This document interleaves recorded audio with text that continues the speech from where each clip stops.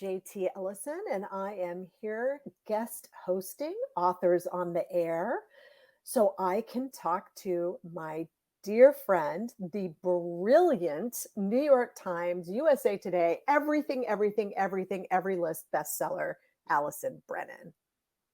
Hi, Hel- Allison. Hello, it is always good to chat with you. Oh my gosh, it so is. We don't get to do it often enough. And I was so excited when Pam suggested that we have a conversation about your new book, Seven Girls Gone. Yes, I love the series. It's so much fun to write, and I always love talking about. I always love chatting about my books. I just like chatting about writing with you because what number is this now? I probably have to count them up. I think it's 45. 45. Um, You're some 20 books ahead of me. My 25th just came out. You are 20 books ahead of me. I that's would like okay. to know how that happened because we started around the same time. You were a year or so before me. Yeah. You came out in 2006. Mine was 2007. So clearly I've been slacking. No, no. I think I got really lucky at the beginning of my career. My first publisher published 3 books a year. And I actually sold my book 2 years before the first book came out, so I had like a lot of time to write a bunch of books that then they published 3 out, as back-to-back trilogies. So I kind of jumped ahead a little bit because of that process. But I'm writing two. Well, this year I have 3 books out. Don't Open the Door in January. Seven Girls Gone, that's out this month in April, and then I have a standalone that comes out in August that took 5 years to write. So that because I was writing it in between books. So this year I happen to have three. But next year I only have two scheduled. So it's just a matter of, when they can fit them in and how much time I have. Now that my kids are all grown, I have a little bit more time, but I find that I'm writing slower. Well, speaking of kids, you had some really big news recently. Do you want to share this life altering news? Yes, I am going to be a grandma, and I Yay! cannot believe it. Katie is due in July, and they did peak, and they're having a boy, and so she is very excited. The only thing she's not happy about is she's on light duty. She's a cop, so she's at Phoenix. She's Phoenix PD officer, and she is on light duty because basically her vest can't fit. She can't be out in patrol. So yeah. So she's not 100% happy, but she's been doing a bunch of helping the detectives close cases that, I guess they'd be cold cases, but they're, things that they have to like, do all this other stuff. You need a cop to do the interviews, but she could do them all on the phone. So she's been doing a lot of that, but yeah, I'm very excited. I'm giving up my office. So I have an office. It has a door, but it's a kind of in a weird position in the house. I'm going to move my office into the living room, which is actually a little bigger. And then so that the baby could have the office that has a door. So because I am going to be the grandma who babysits so that she doesn't have to put the baby in daycare. That's Between, fantastic. yeah, between Dan and me, we'll be able to watch the baby when she and her husband have to work. So, yeah. Was she this is so totally off topic of the book, but we're going to circle back. Did she become a cop because of your police procedural background and expertise and all the things, she grew up with a mom who was writing these kinds of stories. Did that inspire her to be a cop?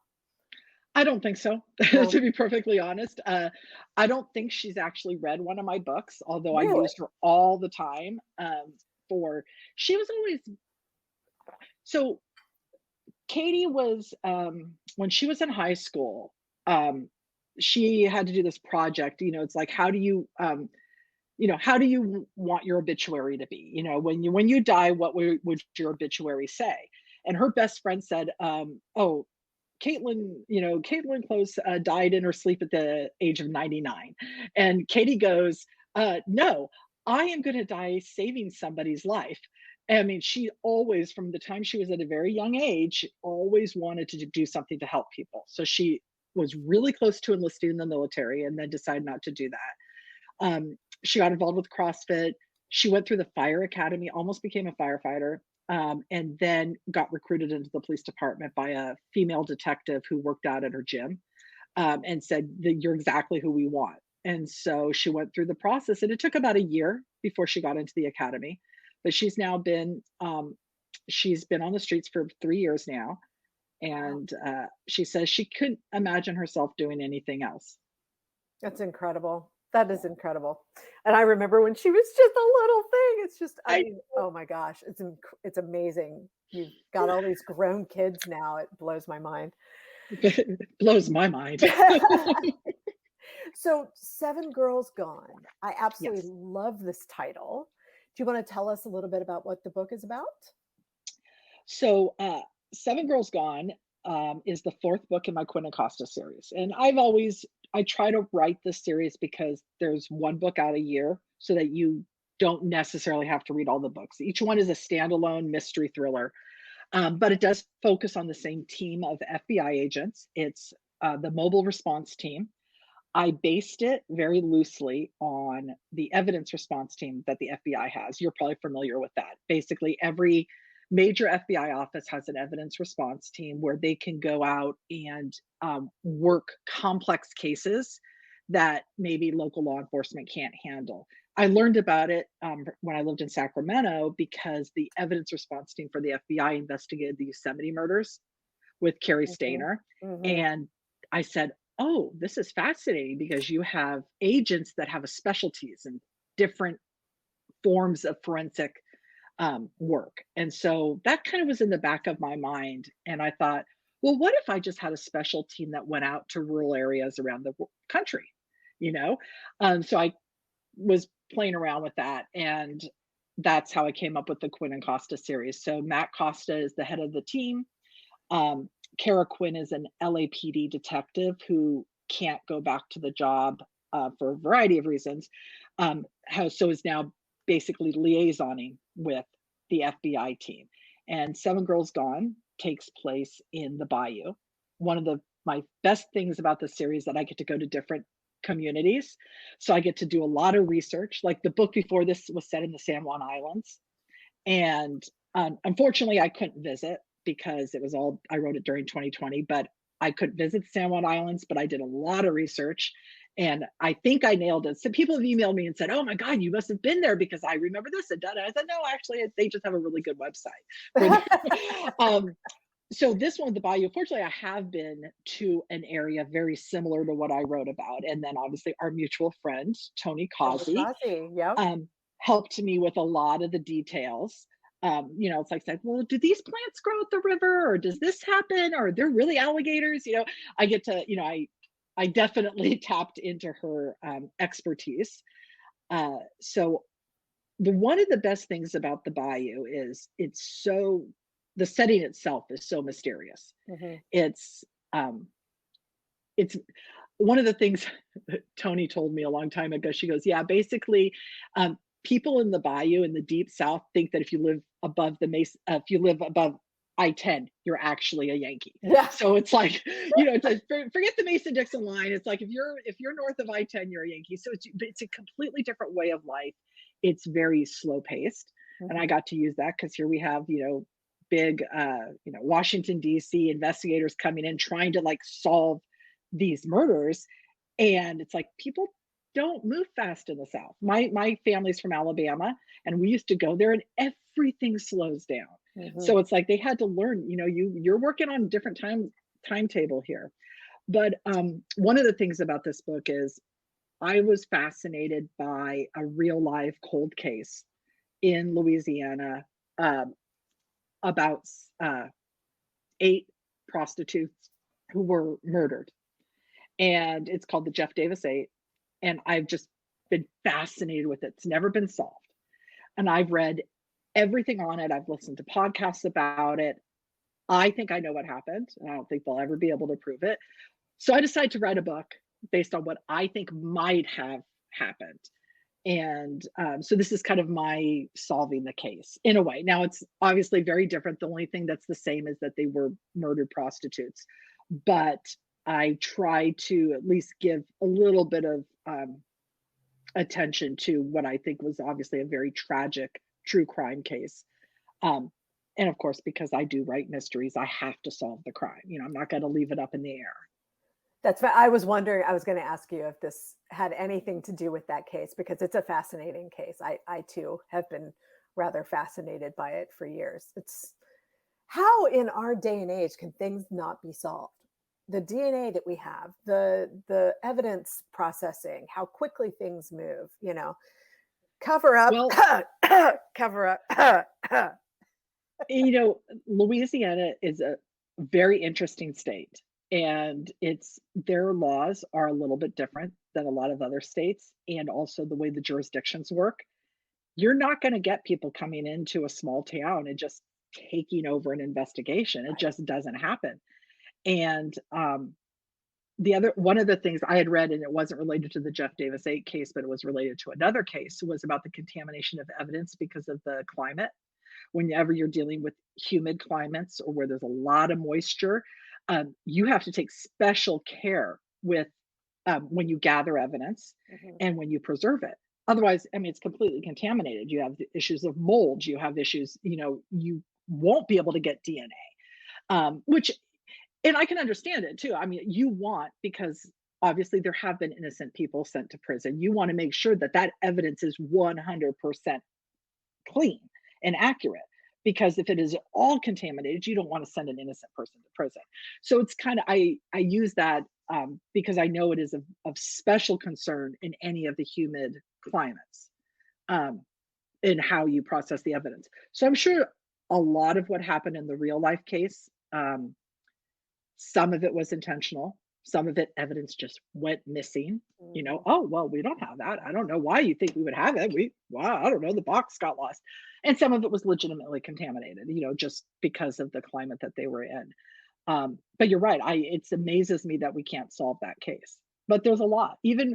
Even DNA isn't always perfect, you No, know. no, of course not. Of course not. So, That's but anyway, so I had a lot of fun with this book, even though it was a tragic case, because I could take my characters and put them in a completely new setting and build a world around them, a little slower paced, because it is the South and everything is a little slower paced. I even named the detective the last good cop in St. Augustine, which is the town. uh-huh. That it's a fictional town, by the way. I usually use real places. I actually created a fictional town for this book. So St. Augustine, he's the last good cop in St. Augustine. His grandma's named Tony, after, of course, Tony, and she wants to feed everybody. I know she's a And fabulous, fabulous cook. She's making, I want that gumbo recipe. I do too. I do too. Sounds Every time I so go to good. Louisiana, I say I have to try every place that serves gumbo to find the best one. Oh, that's awesome. Yeah, Tony. So Bo is her grandson, and he's the detective who's friends with Michael Harris, who is one of the mobile response unit people, and so that's how they get pulled into this case, and they basically have to seduce the local authorities to let them in, and I think they do such a fun job. So you've got a massive cast, Yeah, right? I have a problem with that. Well, I mean, there are a lot of moving parts in a police procedural, and you have to have, I mean, when you have a cast of characters that's a team, immediately you have 6 or 7 people, and then you've got all the police that they're dealing with, and then all the FBI, and then you've got all these victims. I mean, it's a huge cast. I am curious as a writer, what's your method for keeping the story spinning properly without it dragging? Because it never drags. And I never got confused as to who was who, which is Well, brilliant. I think so. I don't plot, and I have I hate plotting. I don't want to know what happens. I did not know. I I only knew who killed one of the victims in Uh-huh. the book. I didn't know if he killed all of them or if there was somebody else. I mean, I wasn't quite sure how the whole thing was going to come out. But what I did is I essentially have like a murder board. I have a notebook where like, for example, there's one scene where Kara, my main character, she goes in and she takes all the victims and plots out where they where they were found, how they were killed.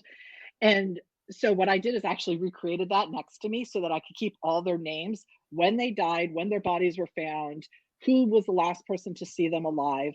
And then that was next to me so that if I ever forgot, then I could just refer back to my little timeline here that had all the victims and everything we knew about the murders. Because I think when, if I was a cop, that's probably what I would do. Now, mine was a lot more messy than I would hope that if I were a victim that, that they would handle. But that's essentially how I was able to keep everything straight. So that then if I ever needed to refer back to them, I said, okay, yeah, that was the third victim or that was the fourth victim. That's the person who's last saw them alive. This is why that person is important. I love it. So that, yeah. So I don't plot, but I do kind of keep notes as I'm going Mhm. along just to keep it all straight. And then when I do my revisions, I'll actually keep a separate set of notes because I change so much that I was saying, oh, whoops, wait a minute, I have to do this. And Yeah. The Do you feel like your style of writing has changed 45 books in? I I think I have become a better writer, but I think one of the things I used to write a lot faster than I Mhm. write now. I used to write what we called a sloppy copy, where you just basically just throw everything out there and then you go back and edit and all that stuff. Um, I can't do that anymore. I mean, I can write a messy copy, but if the plot starts to derail, I know it immediately and I have to stop. That's taking me longer to write a book. So I can write 5,000 words a day, but it's not as easy to do as it used to be. I don't know if that makes any sense because I sense now when the plot isn't working or when the story isn't working. And I know that I don't want to go back and rewrite the entire book because I know that's what I'll have to do. So I'll stop and I'll rework the opening. And the thing about it is, almost always, even though, like, for the last 10 books, I think the book is done and I think it's good, it's the beginning that needs the most work. And it's the beginning that I have written and rewritten like 10, 15 times, but it's still the weakest part of the story. And then usually after about the first 100 pages, it just flows. And Yeah. so I don't know. I don't know if I've become better, worse. I think sometimes it's hard because you always want to come up with a better story. You want to keep your readers so that you're not rehashing the same kinds of stories. I've only had one serial killer book in this series. It was the first book in the series, The Third to Die, which was a serial killer. And I love serial killer books. I write several of them. But um, this is the fifth or the fourth book in the series. And the fifth book isn't a serial killer either. I only did one because I'm trying to come up with different things and so that my readers don't get bored. It's there, and by the way, it does get harder. Absolutely. And it is always the beginning. It takes me like 3, 4 months to get that first 100 pages solid. And then the rest of it just, bleh, it just happens. It's crazy. It's just incredible. I actually feel better that you work the same way because I don't plot either. I do 40 scenes. I have a little bit of an idea. So is there a story that you've always wanted to write and you haven't written yet?